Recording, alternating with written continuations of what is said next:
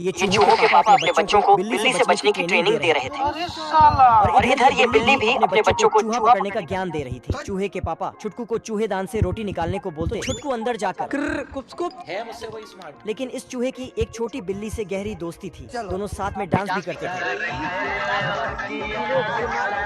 लेकिन तभी छोटी बिल्ली गटर में गिर जाती है। बिल्ली की माँ आवाज सुनकर आती है। चूहा अपने दोस्त को बचाने के लिए गटर में कूद जाता है। छोटी बिल्ली डूबने वाली थी। तभी ये चूहा उसे अपनी पूंछ देता है